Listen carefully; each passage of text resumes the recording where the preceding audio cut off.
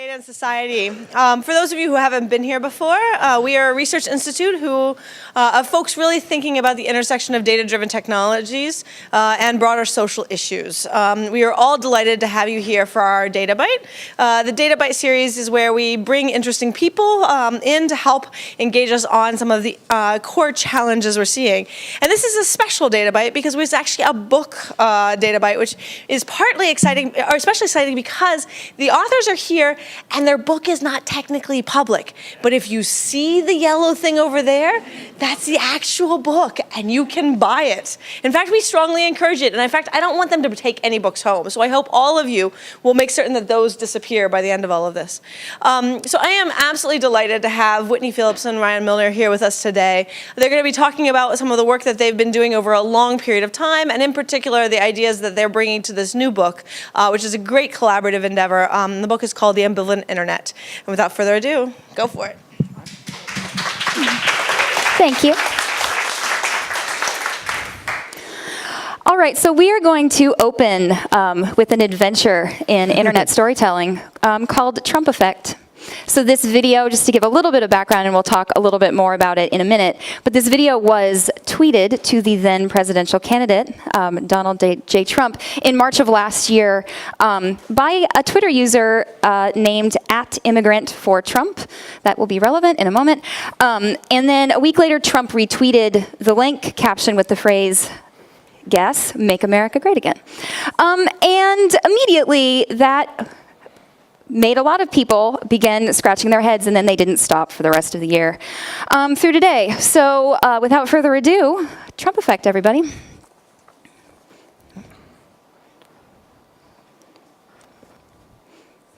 A little more ado. And you're welcome in advance. What was that? Is that a dog? It's Hillary.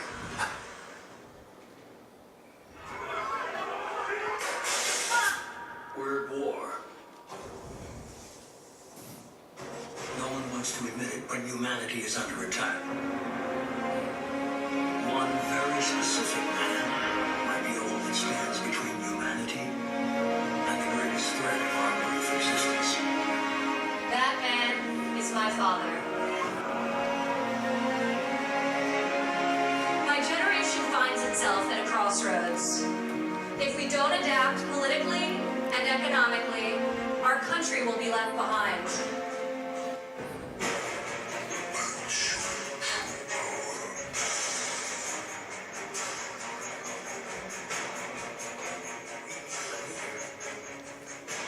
Surrounded with the brightest of possible, deadliest allies.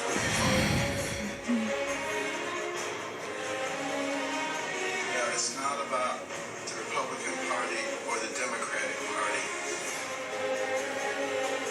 It's about the people of America. Too many mistakes are being made by the politicians. Too many mistakes are being made by people that truly don't know what they're doing. We can't have it anymore. We're going to turn it around. We're going to become marching it out. We're going to become writing it. We're going to turn it around, friends. Nobody's going to tell us what to do. We're not going to take it. I'm working for you folks. We're going to win in every issue. We're going to win so much you're going to get sick and tired of it. And I'm going to say, I don't care. We're going to keep winning because we're going to make America great again. We're going to make it greater than ever before. It's not over.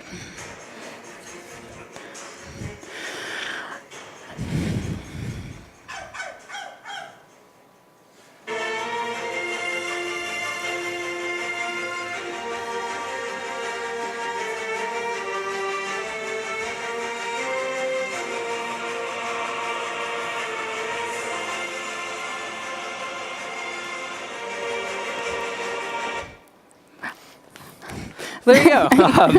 So as we saw with a lot of people in the crowd, there was a lot of head scratching that emerged after this video showed up, and then the Republican candidate for president of all people retweeted it out to his millions of followers. And that head scratching comes from a few places, we think. Number one, there's the fact that at least at a surface level, it appears to be an earnest endorsement of Trump and his policies. There's a lot of his talking points in it. It covers the nationalism and the populism and the anti-elitism and the drain the swamp and et cetera, that had been trademarked in Trump's campaign. But the text of the video itself also has a lot of ambivalence to it, right? So not only do you have the over-the-top hyperbolics, right, the kind of laughingly on-the-nose bits of patriotism and grandiose flags flying in clouds and fireworks and eagles and all of it, right? You also have the fact that you may recognize the voice there. That's American actor Martin Sheen. That is him portraying a character in a video game, Mass Effect 2, that's where Trump effect comes from, called the Elusive Man. The problem here is this. The Elusive Man, according to Manveer here, one of the producers of the game, the way that he put it, the Elusive Man is verifiably the bad guy in the game. And he's the bad guy in the game because his plan is human domination of the galaxy at the expense of all other races of extraterrestrial peoples. So super critical of the positions espoused by Trump in that way. So you've got that textual level of, was this a sincere appropriation? Was this over-the-top satire? Was it meant to fully endorse Trump? Was it meant to kind of antagonize in this subtle way Trump? What were the motivations behind the video? Then you had the extra quizzical step of the fact that Trump himself retweeted the video with "Make America Great Again." So did he do so oblivious to this polysemy, this ambivalence? Did he do so maybe knowing, but also knowing that he would probably dominate the day's news cycle if he did retweet this? Guess what? He did. Was he even the one who tweeted it? Perhaps it was some staffer with their own range of motivations. So as people watch this video, as we watch this video, we were left with more questions than answers.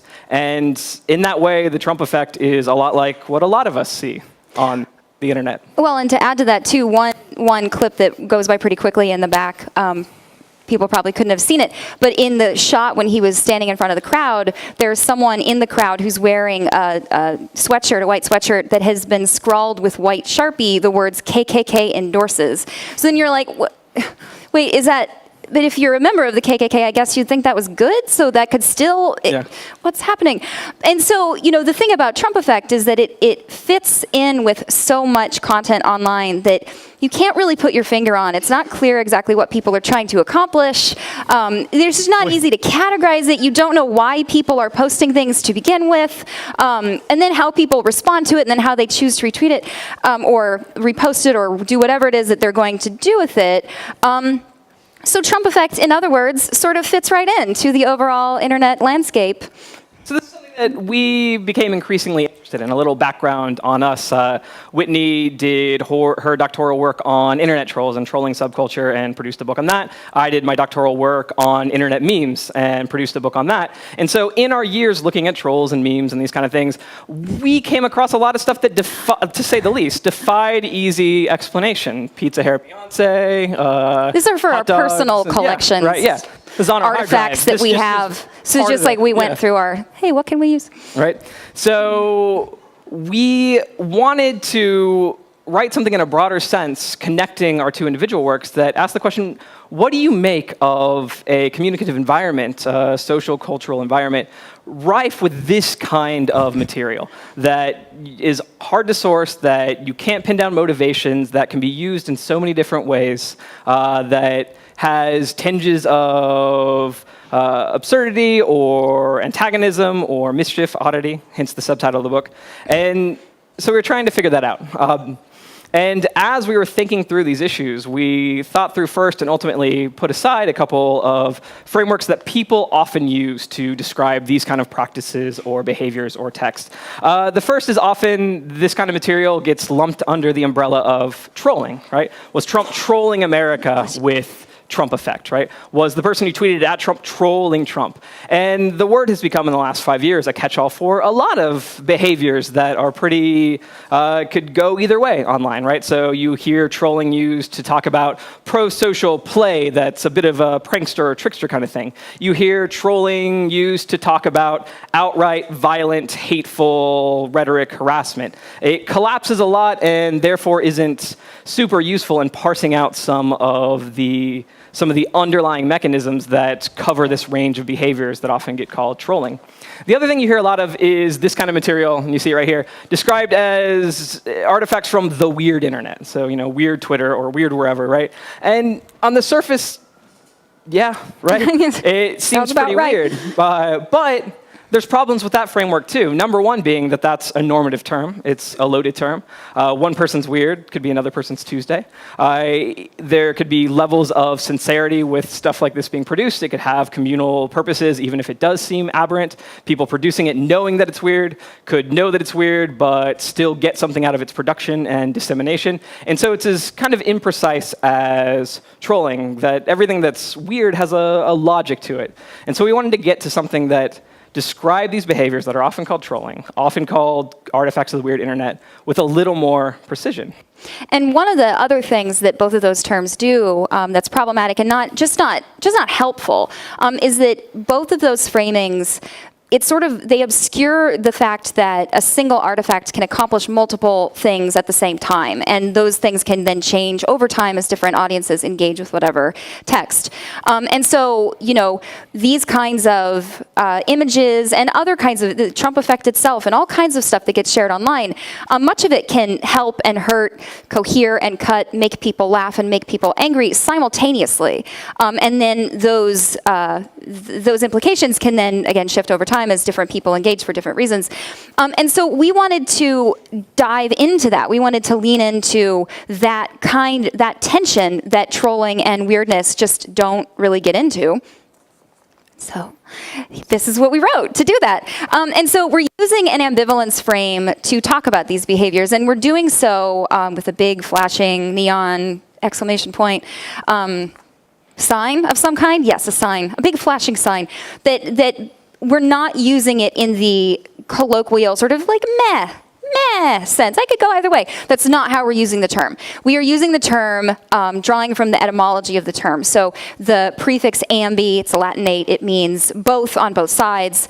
And then the root of the word valio, it's the same root as in the word valor, so it means strong, strength. So it's strong tension between opposing forces.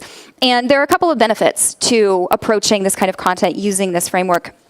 The first is that it takes the tension for granted, that it's not that that's something you have to explain away. It's expected that is what the content is just going to defy any easy categorization. That's already a given. The other thing it does is it really speaks to and allows us to build on Mary Douglas. She was a 19th century anthropologist, and she wrote about dirt and taboo and talked a lot about matter out of place. And she argued that one of the fastest and best ways to reconstruct the values of a particular cultural system or community is to look at what that cultural community regarded as dirty or bad or weird or taboo, or in this case, ambivalent. And so by looking at those things that don't quite fit, you actually have the ability to sort of get to the heart of what is regarded as a norm within that particular cultural or community, and in the process sort of challenge those norms or complicate those norms or think about where the center is, and that's what ambivalence allows us to do. So with that lens, our goal for the book was to assess just what was new about these seemingly unprecedented examples of online participation, right? Our presumably brave new world of Mischief, Oddity, and Antagonism underneath this premise that the internet has changed all human communication forever, right? But what we found, though, was that even with new technological affordances to consider that produce their own ethical implications, there was ample precedent for even the most confusing, befuddling, striking online ambivalence.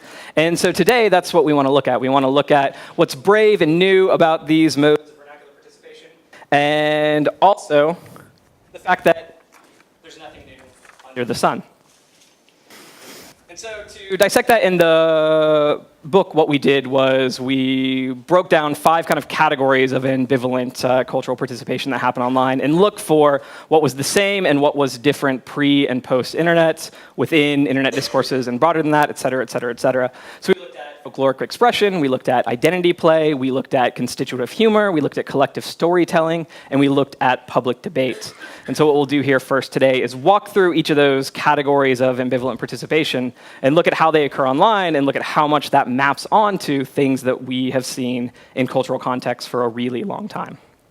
So the first of these categories is folklore. And so we are using a folkloric framework, not just in this chapter, but throughout the book. And the primary reason for doing so is most basically what happens on the internet is folklore. And often when people think about folklore, they think about old stuff, sort of, agrarian, traditional dances or foodways. And really all folklore is the transmission of lived tradition, so lore, across particular folk communities, across and between folk communities. That's all folklore is. And because of that, what folklore does is it provides a number of tools that were originally created to explore ambivalent folkloric expression. That folkloric expression is rife with all kinds of ambivalence and oddity and weirdness that's actually somebody's Tuesday. And some of those frameworks are conservatism and dynamism, so that's the ability to identify the stable cultural elements within a tradition and then what changes over time. Also appropriate incongruity, so looking at how humor functions within a particular culture. In order for it to work, it has to happen within a particular community. Certain norms have to be subverted, so that's very helpful when thinking about humor. And then also, very relevant to our current moment, folklore provides a great inroad into talking about false narratives. And so much of these theories are applied to so many ambivalent behaviors that American folklorist Barry Tolkien actually argued that up to 80% of all folkloric material, in his estimation, would be regarded as obscene to members of the outgroup. Not to members of the in-group, for whom it is just Tuesday still, but that shows the level of tension between what insiders and outsiders might think about this. And so although these frameworks are conceived for embodied behaviors and embodied issues, these kinds of frameworks can be directly applied to the sorts of things that you encounter online. There is that much behavioral and tonal overlap.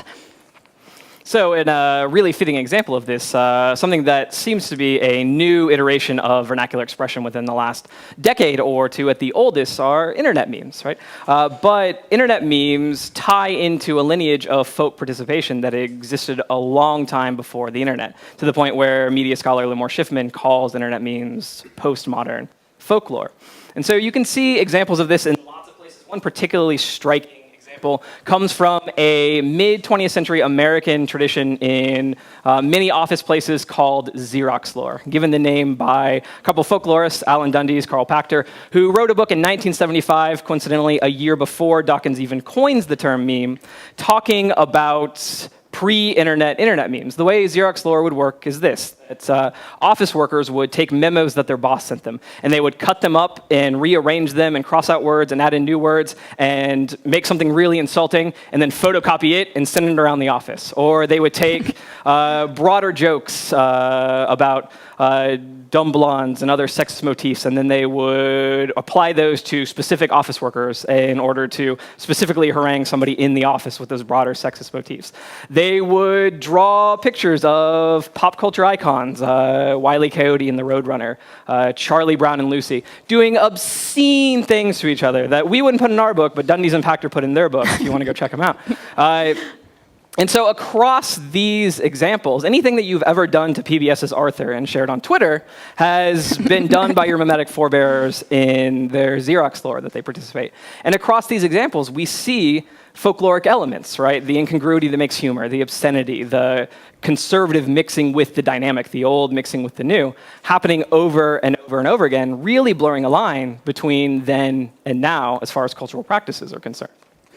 Yeah, and so the second sort of building on that, all of these things build on each other, because they're all ultimately folklore.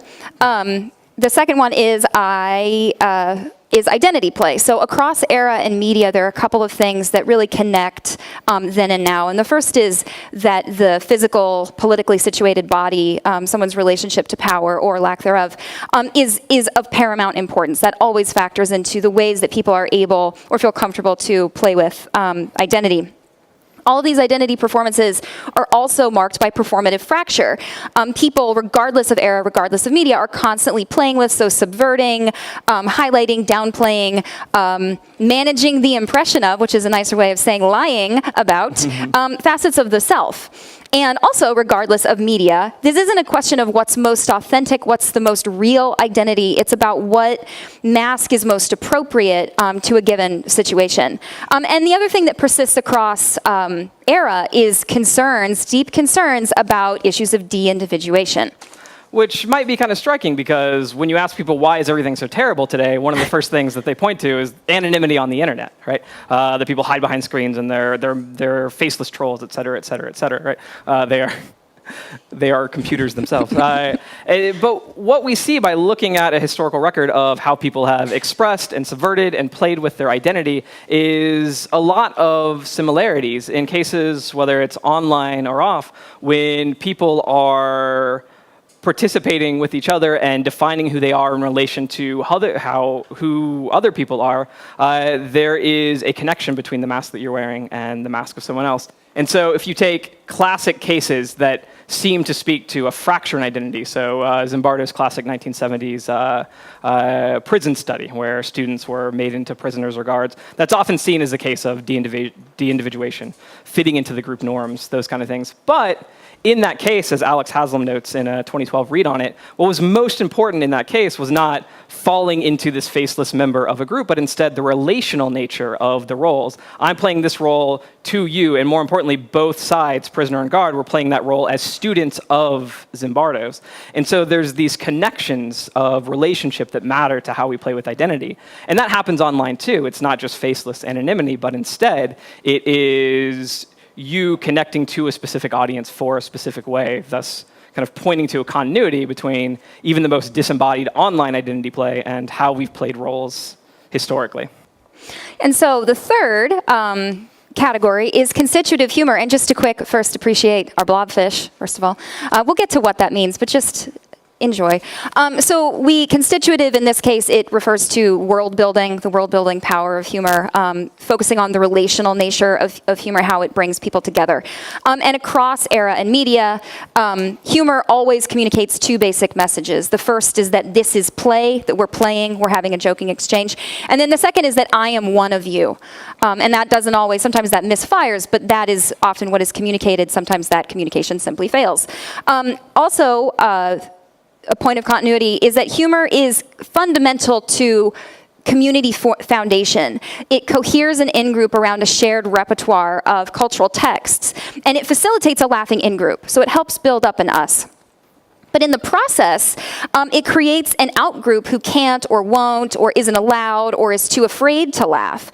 So it builds up walls that protect the in-group and make the in-group feel insular and happy and comfortable. But in the process, it keeps other people out. And that, the impact of that can range depending on what kind of humor it is. But those walls have two sides. And there's somebody on one side, on the inside, having a good time, and then somebody else on the outside, not. And so this has been the way humor has operated for a really long time, even visual humor, which seems to be something that has ramped up with people making political commentary through memes and those kind of things within the last decade or so. But we've got a lot of precedent for even that form of humor that does these very same things. So for instance, here on my left is I hope you can tell which one it is, a 1798 editorial cartoon in which John Bull, this is the personification of Britain, apparently farts in the face of King George of England. Out from the left is the Prime Minister of England screaming, "That's treason, Johnny," right? And so the satire here, even in 1798, we can pick up on it today, which is a kind of anti-elite versus elite, a bit of a reduction through dressing down, a bit of, like Whitney was saying, creating an us who then is laughing at them. Political memes today work the same way. So when you compare Ted Cruz, Blobfish. rightfully or not rightfully, to a blobfish, then you're doing the same kind of satirical dressing down that was happening hundreds of years ago. When you compare Bernie Sanders' effortless, cool kid cool when talking about wolves to Hillary Clinton's apparent robotic, detached anger at wolves, then you are creating barriers between one group and another. So humor functions in a folkloric sense really, really similarly pre-internet, post-internet. And then the fourth is collective storytelling. And so the collective here, also to sort of explain what that qualifier is, it's collective because the continued spread of a particular story or narrative element has as much to do with the audience as it does with the person telling. That if an audience doesn't enjoy the story, doesn't choose to retell the story or recombine it or remix it in one way or another, if that doesn't happen, the story doesn't continue. So stories are collective in a way that typically, that's not part of how stories are described. Usually it's the teller and then a passive audience, but the audience is absolutely part of that process. And so across era and media, all stories are densely referential, recombining resonant narrative elements. And so as a result, these seemingly singular texts and meanings and authors are always multiplicitous and they're always heteroglossic. And tissue of quotations doesn't even cover it. It's more like tangle of quotations. This is not, however, and this is a tricky point, it's not a post-structuralist free-for-all. That doesn't mean you can't say that things mean things still, just because you have all this heteroglossia. All of these stories, all these narrative elements are drawing from a shared cultural reservoir that contains the most persistent narrative motifs and elements with conservative cultural meaning, and conservative in the sense that we described earlier of persistent across time. So regardless of what an individual thinks about a given trope, it's conservative in that way that it's continuing to be part of this shared tradition. And the big flashing caveat here is that it does not matter to what extent that individual agrees with the motif, thinks it's good, thinks it's bad. They could be sharing it to critique it. They could be sharing it to subvert it. Regardless of why they do it, every time those elements are told, retold, remixed, those seeds continue to be cast back up into the air and continue to be part of the persistent conservative tradition of storytelling. So we saw this in an especially collective form of storytelling that popped up in the American context in the mid-20th century. 60s, 70s, 80s particular were urban legends, right? So stories you might have heard as kids about a couple out and a murderer hook for a hand, right? Or you pick up a hitchhiker and then she vanishes when you drop her off, right? Or you go to another country and your kidney gets stolen, right? So these stories were collective. They were passed around orally. They went across multiple media. People would take a common trope and then they would apply it to their specific context, just like Xerox Lore, just like memes. And in that way, a social consensus came about even in the midst of individual storytelling. And as much variation as there might have been in different motifs and tropes, you still had some consistent kind of themes. So a lot of urban legends, for instance, have pretty regressive themes when it comes to racial representations, when it comes to gender norms and that kind of thing. And so those collective processes and all the potential and all the drawbacks that they engender show up in online storytelling. So a classic parallel between urban legends comes from creepypasta, if you're familiar. Right? So scary stories that people share online, and they edit them collectively in different forums and spaces and group threads and that kind of thing. And you have the same variation between the collective and the individual with creepypasta. When someone takes a scary story and then they tell it in a forum in this way, they're pulling from a reservoir of other users, of other cultural narratives, cultural motifs, that carry the same individual creativity, but perhaps some of the same problematic messages. So classic example, Slender Man right here. Slender Man, this is one of the photos, supposedly, of the original Slender Man. He's a big deal, HBO documentary and everything. He's right there. He emerges from a 2009 forum on the site Something Awful. Make paranormal pictures was the charge of the forum. And so people started making pictures inserting this tall, tentacled individual. And within a few days, there were pages and pages and pages of photoshops and text-based stories, and a collective canon was born that is then since spread out in a lot of ways with a lot of different different degrees of seriousness. Some people take it the horror way, some people take it the comedy way. There's Slenderman erotica and romanticization. Believe me, it's out there. You can look it up. And in these tales, there's the same mix of ambivalent tropes. So for instance, a lot of romantic or erotic Slenderman stories also forward a lot of problematic ideas that are tied to things like intimate partner violence, and some problematic motifs show up in that way. The fifth,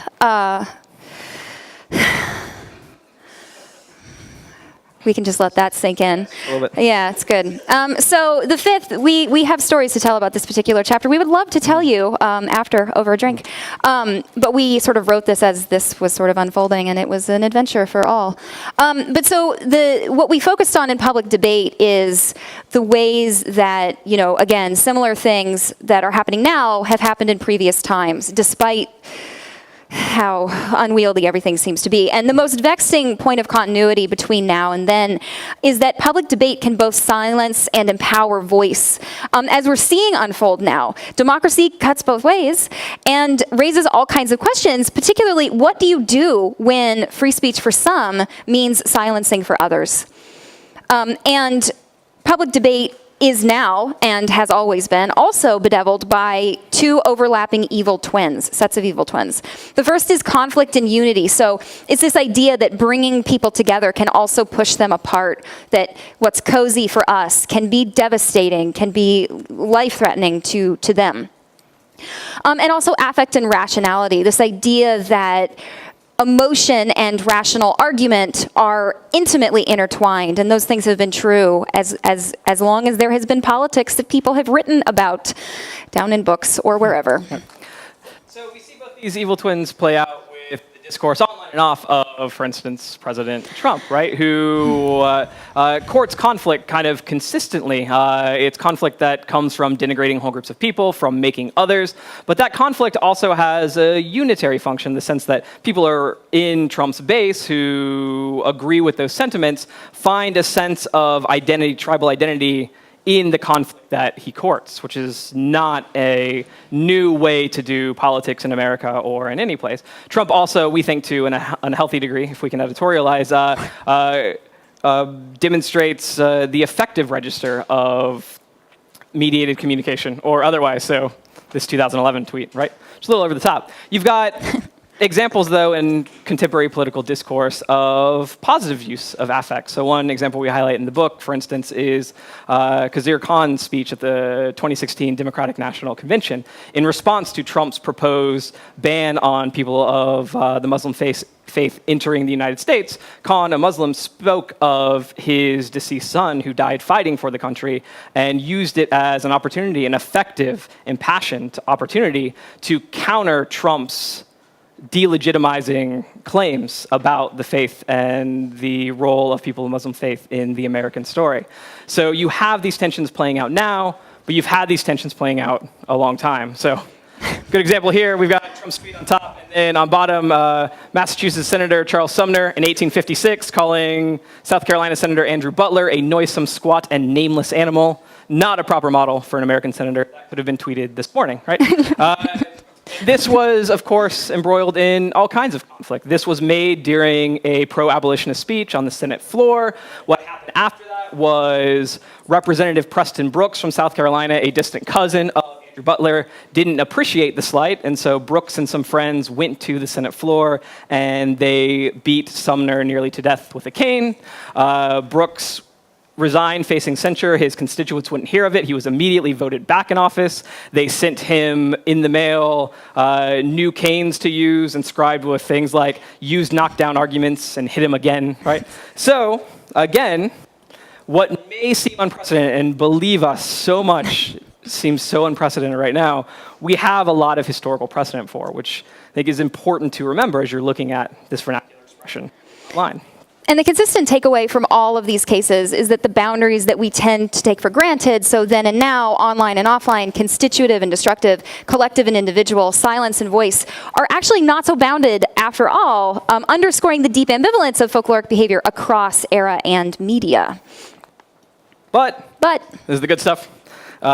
That was good too. But adding to the ambivalence of this continuity is the other side of the coin. As much as ambivalent vernacular online is precedented in all these ways, the technological and social affordances of the web send these ambivalences into hyperdrive. So while we do need to be mindful of continuities between era, between degree of mediation, we also need to keep an eye out for what's new in this brave new world. And so a few of the affordances that we've identified as being impactive in folkloric creation and transmission. First is modularity, the ability to sort of take something from something else and not destroy the original thing, so you can keep playing with it. Modifiability, you can alter things in all kinds of exciting ways. Archivability, so you can store something for later and then search for it using some form of tagging, search indexing. And then accessibility, you or someone else down the road can then find these artifacts you've either found originally or created yourself, and then spin them off into any number of additional directions. And that brings all of these examples are evidence of that. You're taking pieces, placing them on something else, modifying that new thing. You're able to search using Beyonce and pizza hair. All of these great things. And then it's accessible to anybody who happens to want Beyonce GIF pizza hair. Yeah, store them on your hard drive and horrify your friends. And so these practices that are age-old get this new shot in the arm the new affordances of new technologies. And so we can do folklore, we can do everyday vernacular expression in these whole new ways thanks to these technological affordances. But on top of those technological affordances, there are also kind of specific behavioral affordances that are pretty unique to people interacting in online spaces that you have to consider when thinking through this ambivalence. The first is a pretty obvious one that a lot of people go right to. Anonymity, pseudonymity, or real names at the other end of the spectrum.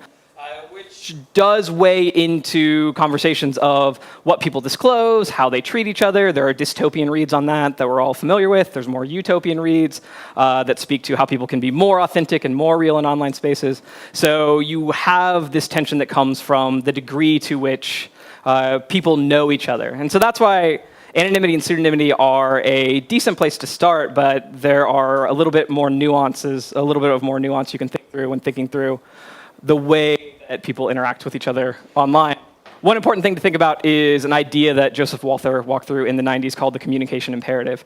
Basically making the argument that when you participate online, if you don't have an embodied context to fall back on, you're not friends IRL, so to speak, then your identity, yourself, is made through communication. The only way anyone can know who you are, the only way you can know who other people are, is through what is communicated explicitly, through how profiles are built, or display pics that are pictured, or specific tweets, or videos uploaded, et cetera, et cetera, et cetera. And so this behavioral affordance means that all we have to go on in public conversations online are what other people give us. You also have the notion of reduced social risk, another 90s internet communication theory, Pavel Curtis.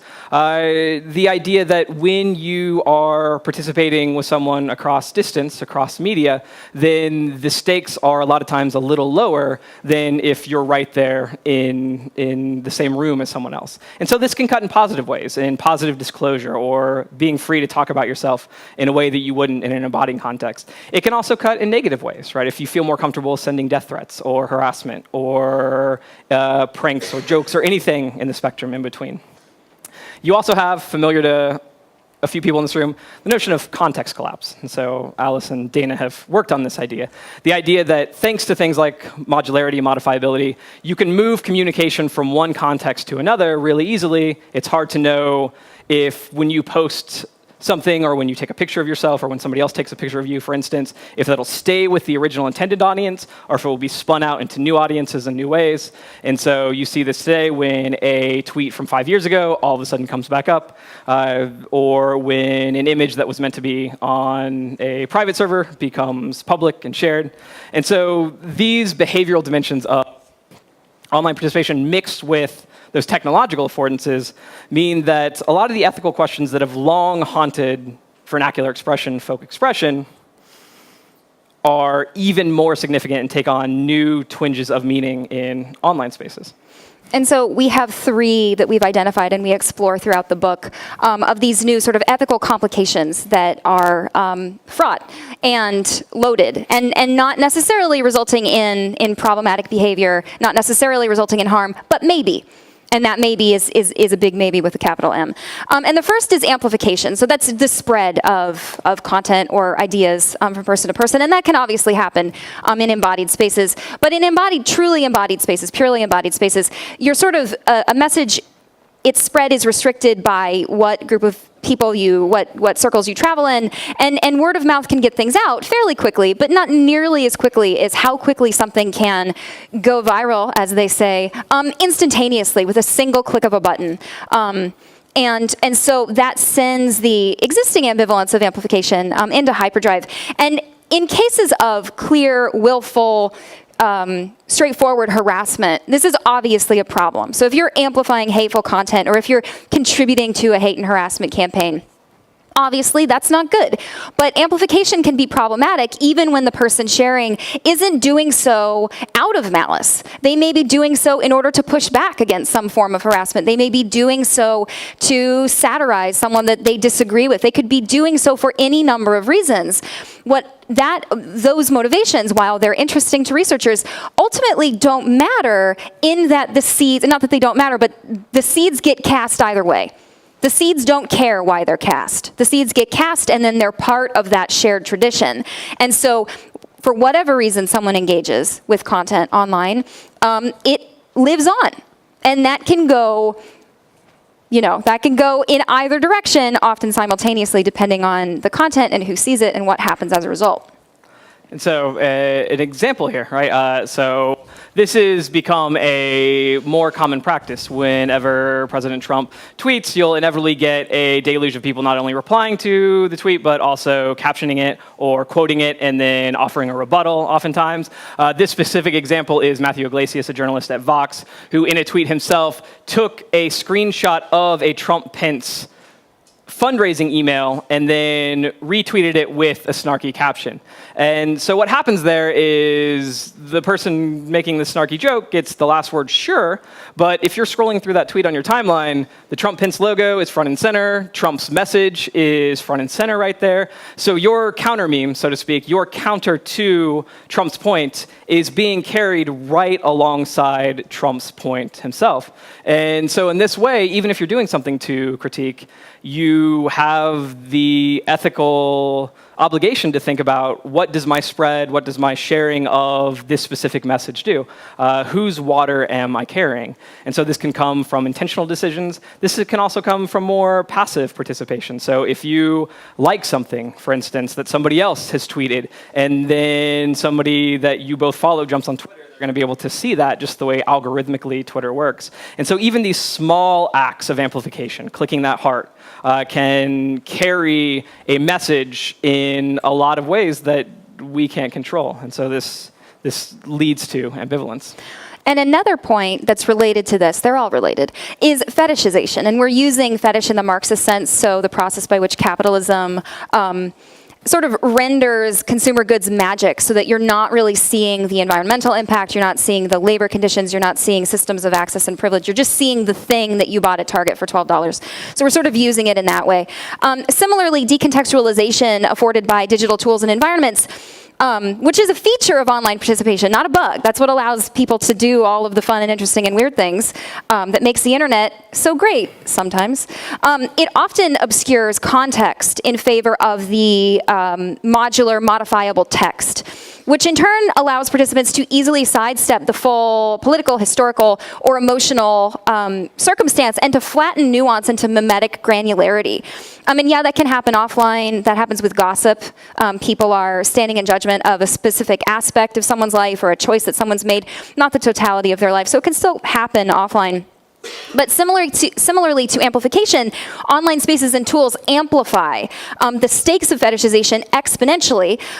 All those technological affordances that allow you to do amazing things like create Dana Scully sparkle hair gifs also make it easier to separate people from their offline circumstances, to mistake a part of the story for the whole of the story, or to never even see that whole, and as a result, never understand or be forced to confront the embodied repercussions of their online behaviors, or to put it another way, to never even know whose toes you might be stepping on.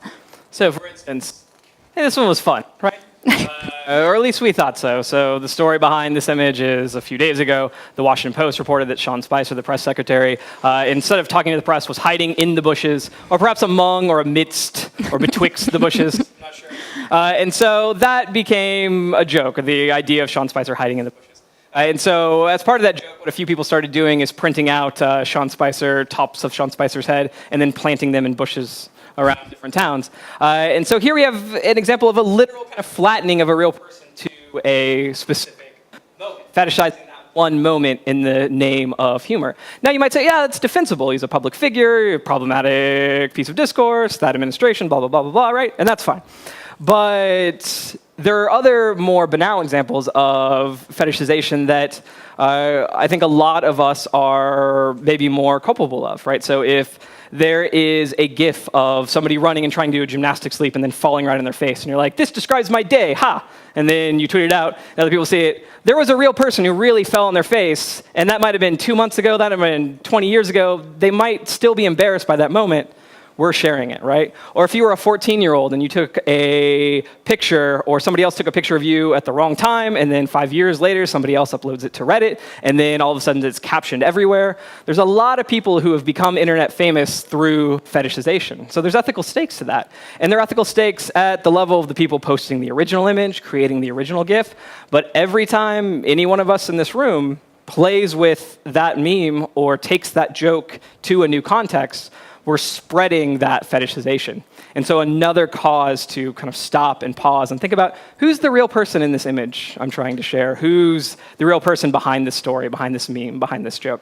And it's not just the individual people, too. I mean, so Sean Spicer is obviously the subject of this situation. But it's not just, how could this impact Sean Spicer? But it also sort of obscures, why was Sean Spicer hiding in the bushes? Yeah. That then it becomes this just visual punchline of like, that's funny, but it obscures, it flattens, it doesn't force a person to engage with what precipitated this. And then it suddenly becomes not so funny anymore when you think about that. But when you're just looking at an image of Sean Spicer in the bushes, then it's easy to just be like, that's clever. And so, so that both of those things, both fetishization and amplification, it contributes to probably the framework that's most pervasive throughout the book, and that is Poe's Law. So Poe's Law was created, it can be traced back to a forum, a creationist forum in the mid-2000s. A poster named Poe commented that it was often impossible to tell the difference between a sincere young Earth creationist and a parody of a young Earth creationist, which was then sort of adopted as a broader internet axiom to make the point that you often can't tell if something is sincere or satirical online just by looking at it. And both amplification and fetishization feed into Poe's Law, because when something becomes totally unmoored from its original source, you don't know what the original meaning was intended to be, you don't know what groups may have been impacted by it. The further it gets amplified, the harder it is to know what something is doing or should be doing or why you should be concerned about it. And then also fetishization, same thing. It removes content or an idea or a joke or whatever from its original context. And so, again, you can't really determine what something is meant to mean and what the ethical stakes of amplifying it might be. So you're sort of in the dark in terms of what might the impact of all of it be if I click this heart or if I retweet or whatever. So the epicenter of Poe's Law for the last few months in American public discourse has been Pepe the Frog, if you're familiar, right? So Pepe the Frog was a meme originated on 4chan, picked up by Tumblr about a half-decade ago. It was pretty banal. It was a way that people expressed kind of lots of different everyday feelings. What happened was around the time of the American election, Pepe the Frog, and what appears to be, and you can pretty confidently say was a specific kind of smear campaign, to put it that way, was co-opted as a symbol of the alt-right, read white nationalists, kind of wing of the American right-wing political spectrum. And so this was, by all indications, kind of done as sort of a joke, a media manipulation tactic. If we take this kind of banal image and we start using it in these really regressive ways, and then we kind of get people scared of it and talking about it in that way, then all of a sudden it really becomes that. And that's exactly what happened with Pepe the Frog, to the point where after a few high-ranking right-wing personas, one of Donald Trump's sons, tweeted out Pepe images tied to right-wing supremacy, the ADL declared these uses of Pepe the Frog as a hate symbol. Hillary Clinton famously backed that up in a speech. And the people behind the original campaign were absolutely delighted because their joke had become deadly serious. And along the way, you had people jumping on, sharing it as a sincere symbol of white nationalism and white supremacy. And so the entire story of Pepe, from those beginnings to this co-opting to his death, his creator, the original creator of the original Pepe the Frog, killed him in the comic where he came from. So R.I.P. Pepe. In this entire arc, you've got this ambivalent blend of sincerity and irony, to the point where it's hard to trace motive, right? It's hard to know why specific people are sharing this specific image, like any piece of discourse, like any perspective, in a specific way. And so with that inability to parse motive, all you're left with is the discourse itself. All you're left with is the communication itself. And that makes it really hard to know how to behave ethically, know how to ethically think through other people's perspectives. That's, I think, the highest point of ambivalence in the book, where this Brave New World is the newest, is with this unmooring of intent from communication that you see through Poe's Law, and you see in a lot of public conversation online. So to bring it all back to our friend. For instance. So all of these new ambivalences were operating in Trump effect, right? You had amplification occurring with the media attention that the video received after Trump retweeted it, and then media outlets covered Trump retweeting it. You've got the fetishization that occurs in how specific people in the video are portrayed and dressed. You've got Poe's Law happening with the question of looking at it and going, what was that? So lots wholly new and lots really confusing, but in the Trump Effect video, you also had a lot of continuity. This was a piece of folkloric expression that's pulled from these different motifs to tell a new story. It was identity play in who it cast as an us and who it cast as a them. It used humor of a vague sort to make its constitutive arguments. It pulled multiple strands together into a singular story in service of public debate. So as befuddling as Trump Effect was and is, it also has a lot of precedent. So all these twists and turns culminate in the final point of ambivalence, which is that on one hand, we can't know anything about Trump Effect. On the other hand, we can learn a great deal from Trump Effect, not by focusing on the obvious entry point, so the text itself or its creator or what that creator hoped to accomplish by posting, but how the video complicates the boundaries between then and now, online and offline, constitutive and destructive, collective and individual, silence and voice. So what Trump Effect does, if you approach it just so, is show that none of these jumbled binaries are as obvious or as clear or even as helpful as you might assume or want them to be. A jumble that is, appropriately enough, both the ultimate source of and ultimate hindrance to meaningful cultural insight, ambivalence all the way down. There you go.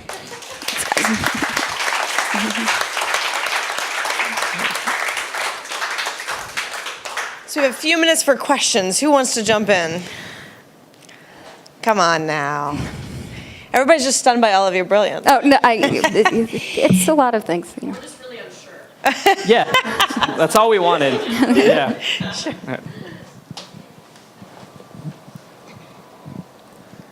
Thanks. One tension would be interesting to unpick.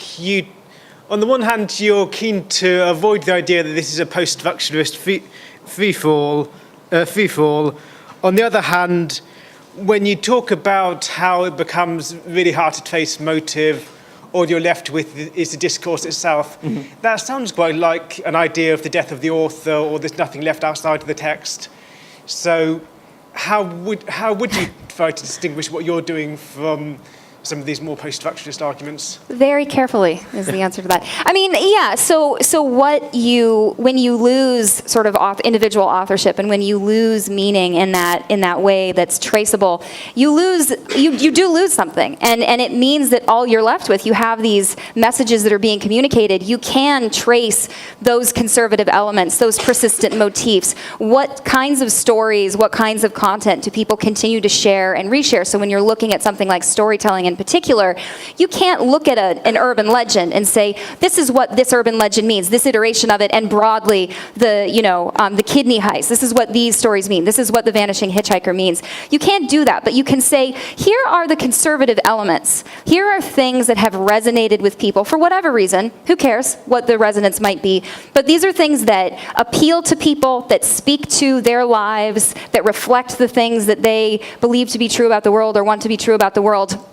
And the fact that those same motifs, in these cases, regressive motifs, sexist motifs, racist motifs, the fact that those keep getting told and told and told and told in totally different ways, but they persist across the centuries, you're able to look at that and say, okay, so we lose individual meaning, that's fine, but we can still extrapolate broader, deeper cultural meaning about what resonates within a particular tradition. And so it's a tricky line to walk for sure, but that's how we tried to approach it in a highly ambivalent way. Well, and so I think that you can see that play out in a mediated sense with what happened with Pepe, right? Because there's a tendency to say, oh, it's not really a white nationalist symbol because I don't think that it should be, or it wasn't this way 6 months ago. Trolling. Yeah, exactly. The original comic creator didn't intend it to be.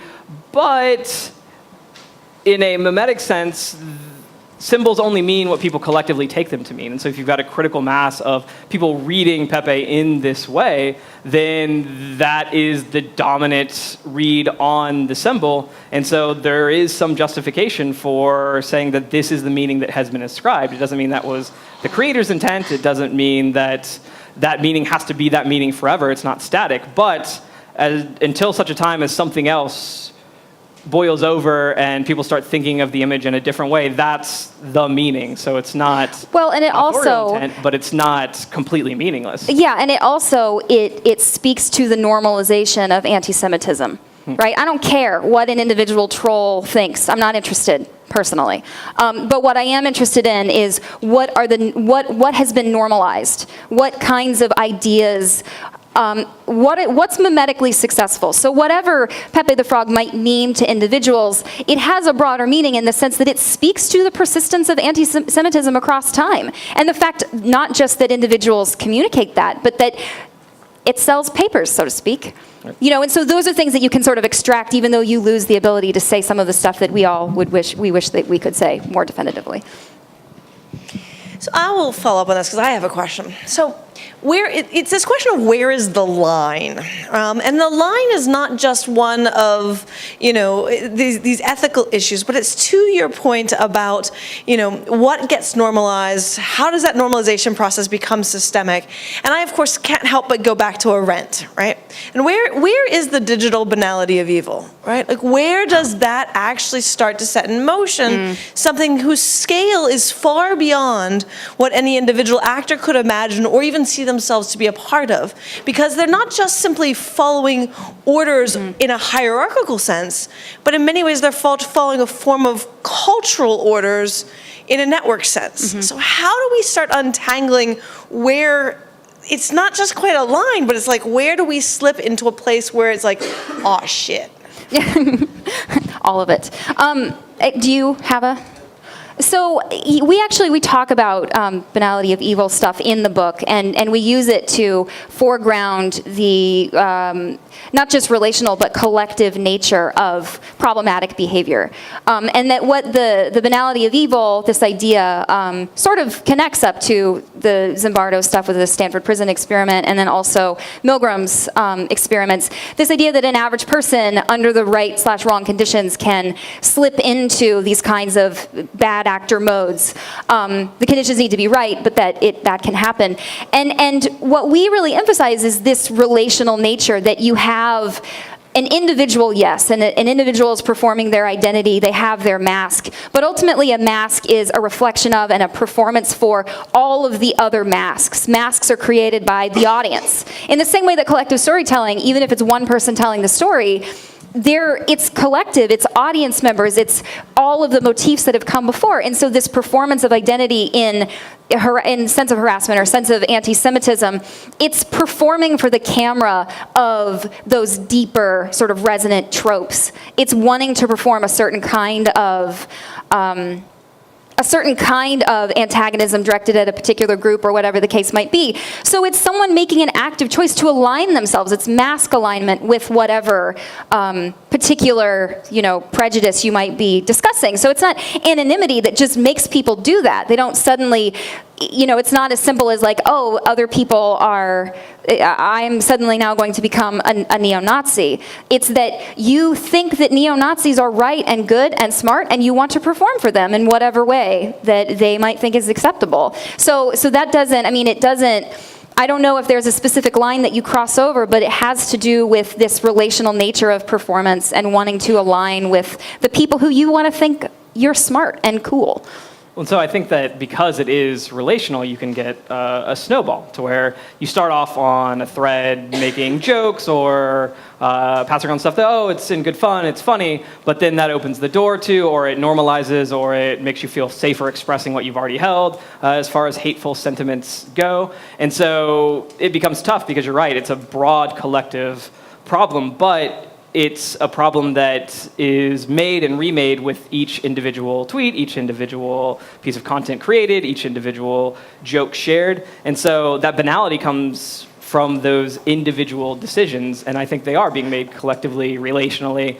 And so that means that as far as solutions go, it's a matter of an individual kind of response, stopping people at that level, encouraging awareness or education at that level if the issue is kind of being oblivious to these ethical issues, or kind of countering that at an individual level. And that's not a super edifying solution because it's like, well, just teach people not to be mean to each other. But I think that's happened. Evil happens in these micro level decisions that may not even seem to be furthering something that bad at the time. I was just joking, but those snowball in a way. And so it has to be thought of, I think, at a micro level, even if you're dealing with these massive cultural forces that are at work, or these massive sets of data that are at work when you're thinking of things like Reddit or Twitter, those spaces. And I made this really awesome hand gesture because as you were talking, I was thinking about the seeds casting, right? That I think that that's the banality, is these seeds being cast and recast and recast and recast, and normalizing certain modes of discourse